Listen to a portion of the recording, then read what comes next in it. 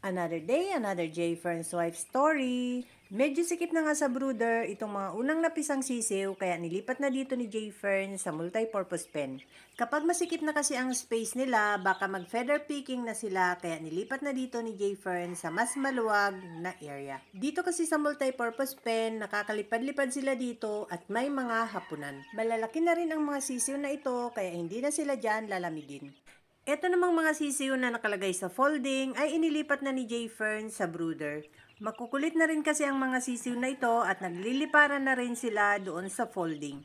Maliit na nga din ang folding sa kanila kaya kailangan na nilang ilipat sa mas malaking space. Hindi kami naglalagay ng bumbilya sa brooder pero hindi sila lalamigin dyan dahil ang lahat ng dingding niyan ay nakabalot ng plastic. 2 kwarto itong brooder namin, yung isang kwarto ay kainan nila, yung isang kwarto ay pwede na rin nilang tambayan.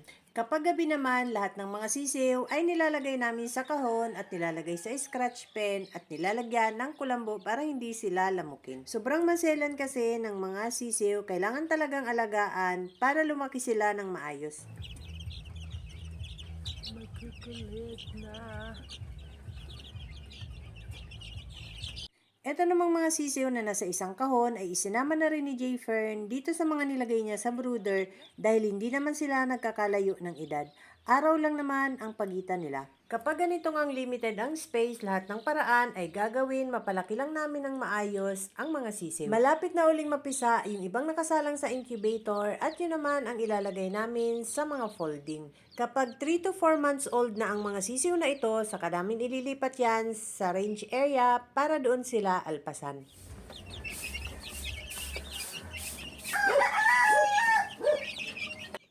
Itong mga naunang napisang sisiw ay laging kumakaykay sa kahon kaya naisipan ni J. Fern lagyan ng buhangin para sila pumulpog. Nilagyan namin ng pulpugan. Nagpakuha nga kami ng buhangin at nilagay ni J. Fern sa karton para dun pumulpog ang mga sisiw. Kaya lang nung unang nilagay ni J. Fern ang pulpugan ay hindi lumalapit ang mga sisiw. Paali-aligid lang sila sa gilid ng karton. Naninibago lang nung una ang mga sisiw kaya hindi pa sila pumupulpog. Pero maya-maya nung may pumuntang isang sisiw, nagsunura na silang lahat.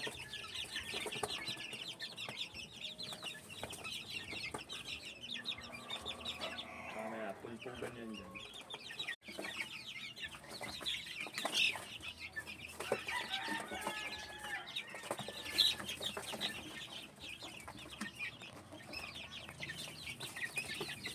December 30 ay pumunta si J. Fern sa Manukan, sumama ako para tingnan yung mga pinungusan nilang stag. Nag-grass cutter na lahat ni Richard ang mga damo dito sa cording area kaya maaliwalas na. Lumiwanag din dito sa cording area dahil yung isang puno na malaki ay pinaputol na ni J. Fern kay Richard.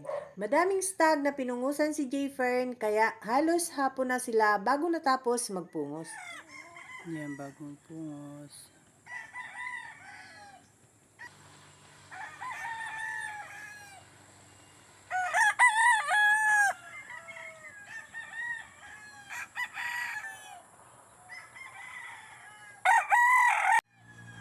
Pinungusan din ang bulik.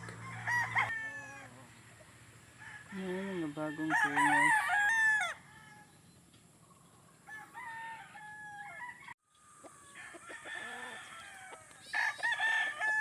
Ang pungos din.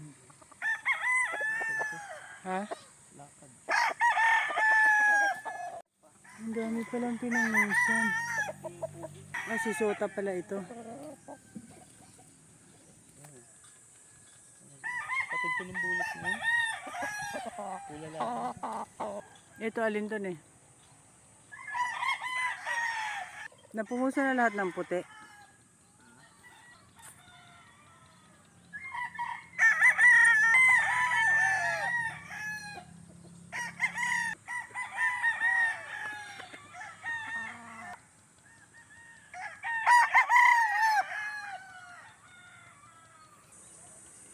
Tinanggal na yung puno ang isa dito.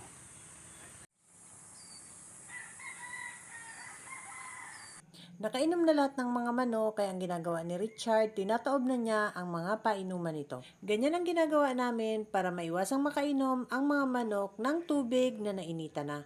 Diyan kasi nagsisimulang magkasipon ang mga manok kapag nakainom sila ng mga tubig na nainita na. Itong isang bulik ay hindi muna pinungusan ni J. Fern dahil kakatali lang nito sa cording area at hindi pa nila naibibitaw. Kapag matapang na yan at naibitaw na, sakayan pupungusan ni J. Fern. Ay, doon pala na ano yung ano na yun. Sabi nga yung dumalaga.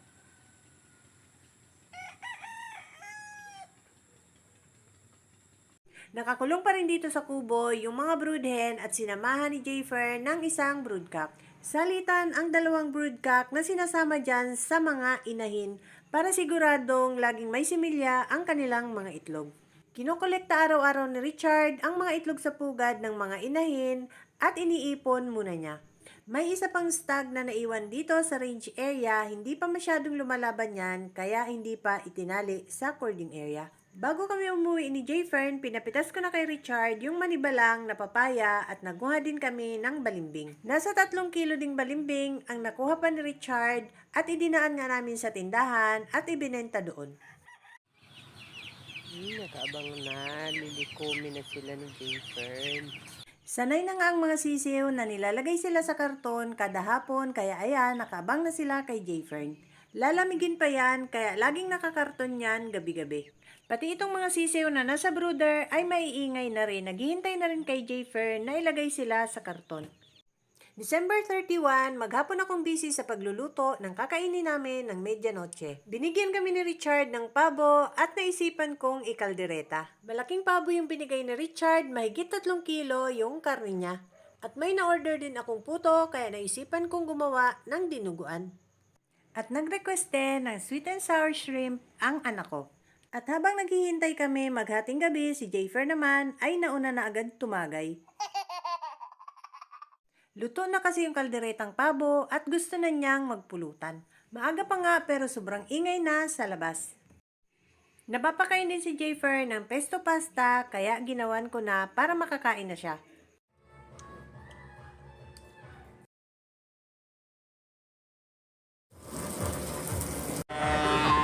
Happy New Year!